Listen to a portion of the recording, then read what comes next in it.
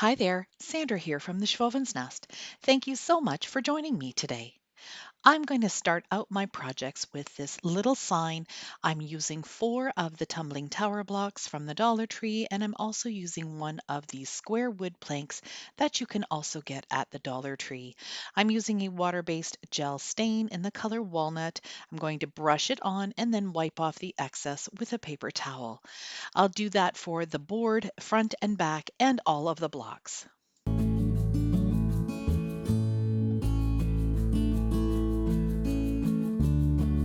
I'm going to glue 2 of the blocks down at the bottom of the sign, and the other 2 will go at the top. I want this sign to stand on its own, so I had to do a little bit of extra support. I did end up adding 2 of the tower blocks to the back of the sign as well. I went to my Cricut and I designed a little bloom sign, and instead of the O's, I decided to put 2 little flowers in, and I think this turned out so sweet. As always, I will have the free printable listed down in my description box. It will be in the Google Drive folder. Right now, my website is still not working. It's not allowing me to upload any additional printables for you to download, so I'll have to just do it this way until that gets fixed.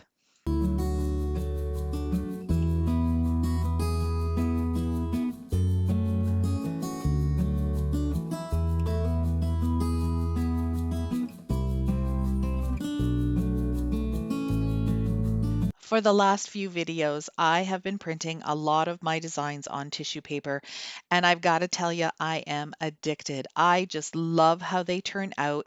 You don't get a lot of wrinkles or air bubbles. It's just so much nicer working with this thin sheet of paper.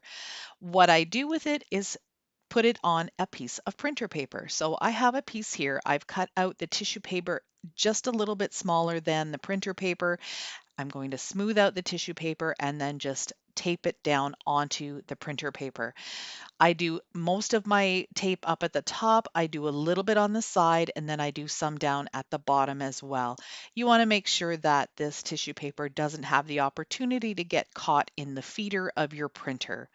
Now, I use an inkjet printer because that's what I have. I do not know if a laser printer would work, but if some of you try it out there, please let me know in the comments if this technique works with a laser printer. I'm sure there's lots of people out there who would love to know. For this project, I'm using an oval wood cutout from the Dollar Tree. I've glued a piece of twine on it because that's just making it easier for me to glue these little wood jewelry beads on. These beads were a purchase from Amazon. They were an oops purchase because I thought they were much bigger than they are, but they happen to work out really well for tiered trays. So I'm going to go ahead and just glue all the way around the oval shape. This is what I have so far. I've left the bottom open because I'm going to be taking a 1/4 inch wood dowel and gluing that onto the back. I've also fed on a little bit of a larger bead that fits perfectly into the dowel, and I'm going to use that as some decor for the bottom part of the dowel. I didn't want the dowel to just be a hunk of wood. I wanted to dress it up a little bit. So this sign needs to stand up, so I'm taking 2 of the medium-sized tower blocks that I have from Dollarama, and I'm going to use some of Aileen's tacky glue to glue them together. I'm going to also clamp them until they're completely dry. Since I'm printing on white tissue paper, I decide to give the backing of the sign a couple of coats of white chalk paint. I printed this little vintage bunny, so I'm going to use Mod Podge to apply that to the sign. You want to be a little bit generous with your Mod Podge. You don't want it to be really thick, but you don't want it to be sparse. So just a good even amount on where the bunny is going to be. Then you'll just take the tissue paper and place it down. Now, once you've got it there, you can't move it because it's really thin paper. So what you'll have to do is make sure you've got it in the right spot. I like to pick it up with my brush like this and then just place it where I need it to be. Using a gentle touch and a brush that has a good amount of Mod Podge on it, I'm just going to go from the center out and smooth out the tissue paper. You need to have Mod Podge on your brush when you're doing this, otherwise the paper will probably rip. Then I'm just going to go around the whole sign and make it an even sheen with the matte Mod Podge. I'm also going to take the brush and pounce it as you see me doing here to get out any of the wrinkles and make the tissue paper blend in better with the sign. This is a fantastic way to add all sorts of images and labels and designs to your projects without worrying about all of the bumps and lumps that you get with regular paper. The two medium blocks were dry, so I took my drill and I drilled a hole into the center of it. It did go all the way through, which is fine, but then adding some hot glue and placing the rest of the dowel right inside those blocks will make it nice and sturdy and have it stand on its own. I was really liking the wood look of this against the white, but then I thought it needed a little bit of something. So I'm taking my folk art home decor chalk paint in the color Parisian gray, and I'm going to paint the blocks down at the bottom, and then I'm just going to take that brush and dry brush the rest of the beads and a little bit on top of the bunny just to give it more of an aged and antique look.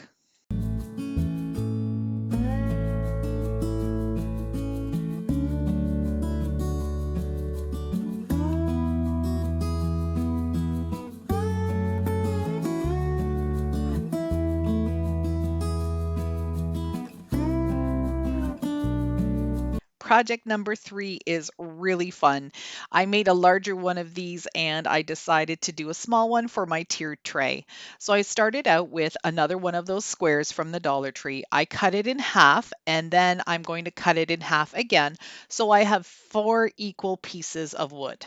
These pieces work well when you use your utility knife. You do have to put a little bit of muscle behind it. You could also use a miter box and saw to cut these if that works better for you. Now I took another piece of wood and I'm just going to mark out some angles on the side. This is going to be the front face of the little birdhouse box that I'm making. I didn't really measure this, I just kind of eyeballed it and then I used my utility knife again to cut out the shape.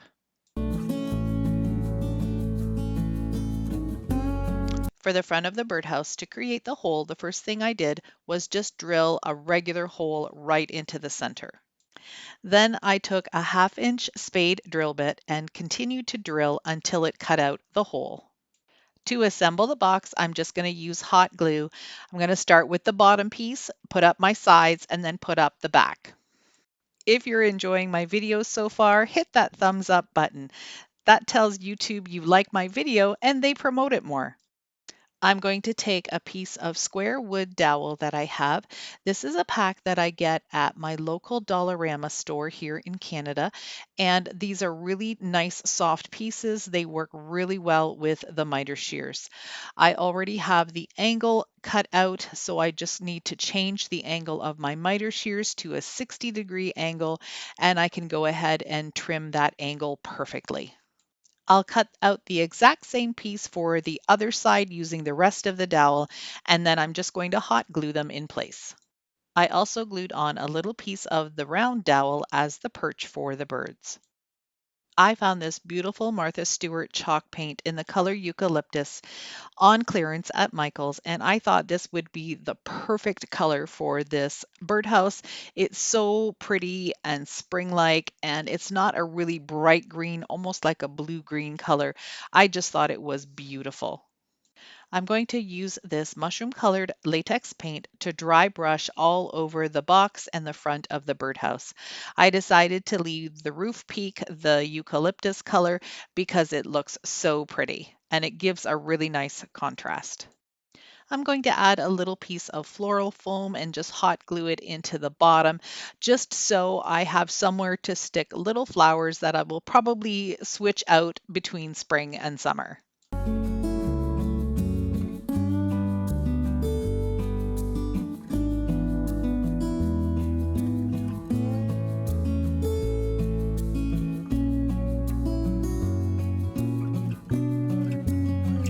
So for my last project, I've got a crate for you. I'm taking 2 of the tumbling tower blocks and some of these bamboo sticks that I have. You could use popsicle sticks or craft sticks, whatever you've got on hand.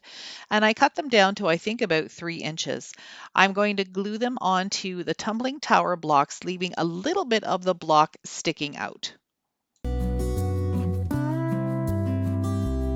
I made 2 sets of those, and now I'm going to take a little bit of a smaller piece of the bamboo stick and glue the sides together. So the longer pieces will be the front and the shorter pieces will be the sides.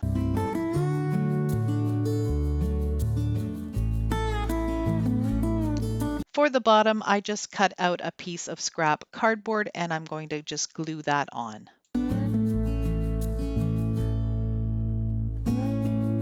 So this is going to be a little egg crate. So I took some of this wood excelsior that I have and I just pushed it into the bottom. And now I'm going to take a whole bunch of these darling little speckled eggs that I have in my stash. They were from last year. I picked up a huge wreath that had a ton of large and smaller eggs and I just colored them different colors and speckled them.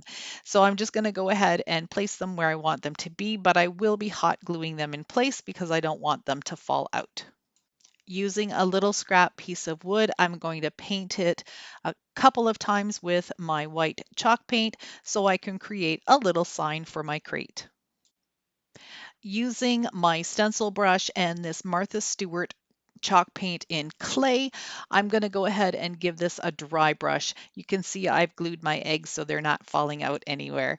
I'm just going to go heavily around the edges and then just kind of dirty it up a little bit. I just want this to be kind of old and distressed. I didn't necessarily want the crate to be a different color. I just want it to look old and weathered. I want my sign to say farm fresh eggs, so I'm just going to freehand it with a black Sharpie fine point marker, and I'll probably just thicken up the letters a little bit.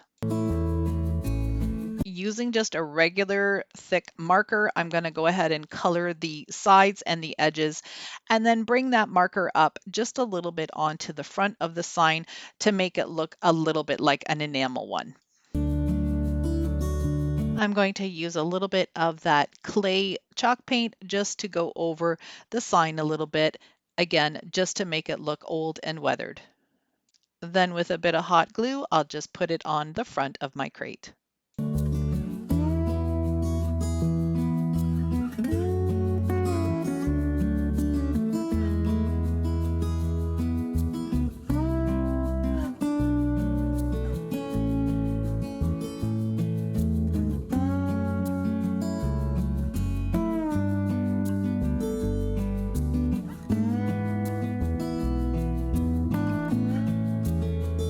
I hope you enjoyed my DIYs today and got some inspiration to create some tiered tray decor for yourself.